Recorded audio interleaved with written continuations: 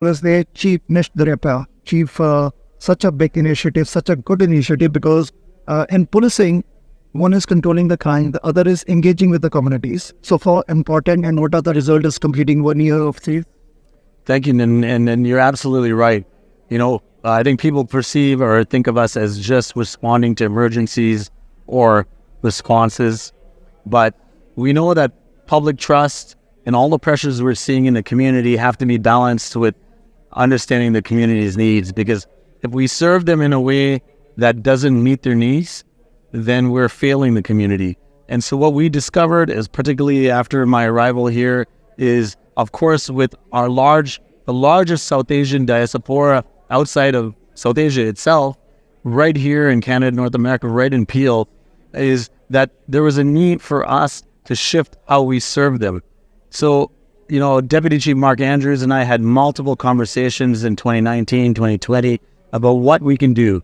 Not the uniform officers, the 911 call takers, the investigators, particularly everything that is occurring geopolitical in South Asia and here, but also second generation. We see youth, international students.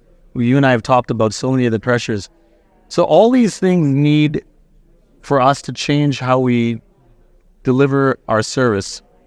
And the first thing we did after, as you mentioned, 1 year of consultations with over 60 consultations, 120 different organizations and groups, is that we have developed a South Asian communication community engagement strategy.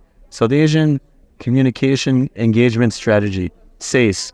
And that program is a framework that has three parts. One is we are shifting the way we serve the public and the service delivery. The second is we're going to spend time within the organization. As you know, we have officers from all walks of life, 3,600 members. We're going to build capacity within the organization for them to understand how to serve the community. And the third is to increase our engagement with the public. We know the mandirs, the temples, the community agencies, but there's so many groups, business communities that we have not met before. And so we're going to increase our engagement. And that is all as a result of 1 year's worth of listening to the community. And now we are launching today a SACE. But the other element, Nitin, is we brought not the community members in today, but we also brought our policing partners, some from Lower Mainland BC that have similar issues in the community or needs in the community, right from Ontario, the Prairie provinces, because our goal is we want to be an example here in Peel region, how we serve the community, to let not just Canada know, internationally know how we can do better for serving a South Asian community. Chief, we know that your vision, Deputy Chief Mark Andrews also told that Chief Nish has a vision for this region. And without technology, that is not possible. Agreed. And you are the one who is gaining technology day by day. And recently we heard that Peel Police will have a centralized bureau where the online complaints can be addressed, including the hate-motivated crimes. Previously, those were missing because many reports we got that online complaints were there. The people, they had the complaint numbers, when they were hardly addressed because police were busy in other top priorities also. This is also a good initiative. It is good. It is an example of one of the many initiatives. Today, you and I can sign for our mortgage on our iPad, sitting on our couch at home, on a chair at home.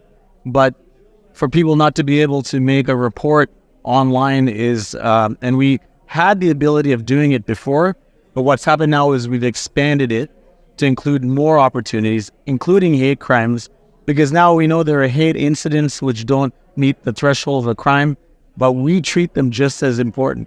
And some people, for lots of reasons, may not feel comfortable phoning us or calling us. So we're trying to make it easy. You can do it in multi-language and you can do it online.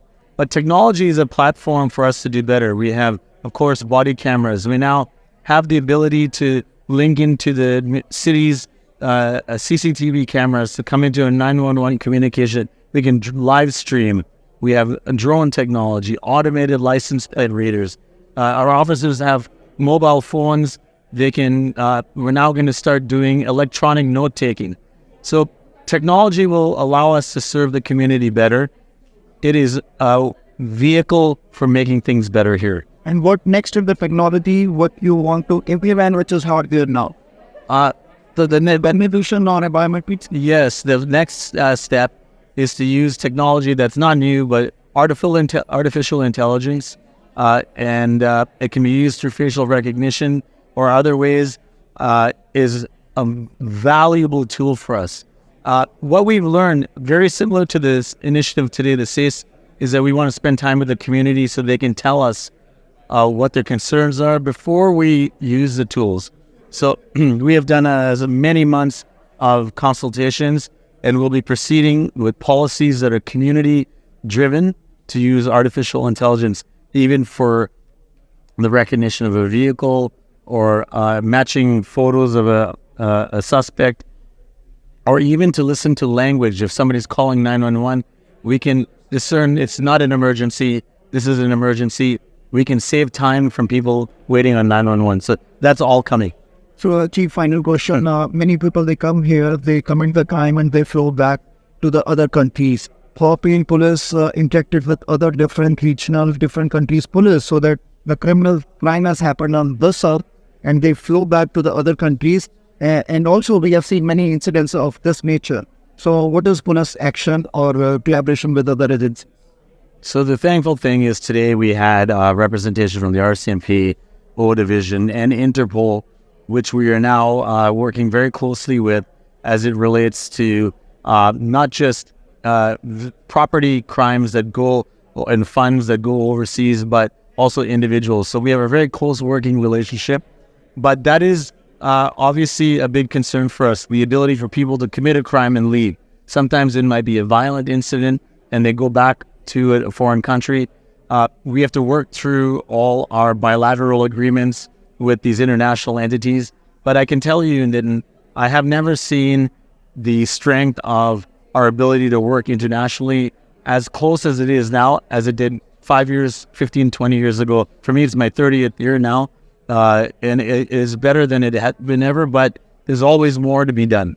So unchecked immigration is one of the reason also, because when any person enter here and their criminal backgrounds are not checked, we don't know whether that person has a criminal background or not. So later on, when any crime has happened, then police come to know that this person had a criminal background from back home. So those are the challenges in front of police, and federal government need to act on those. Well, there are lots of challenges. We see it regularly with the inability to examine documentation in other countries, but these are other areas which I know our dialogue with the federal government has been continuing with how we can strengthen our international connectivity with the sharing of information intelligence. Absolutely, there's more to be done for sure. And for the bail reforms also, final words, you spoke many times on. Yes, so bail reforms, we still need a continued movement in that space. A lot was done initially, but we still see violent offenders. I can tell you almost every violent offender with the firearms that arrested here is at some point back out on bail. And then we're also seeing other crimes that aren't violent, but maybe auto theft, the repeated release. So that is a continued space that we in policing continue to be frustrated with, but want to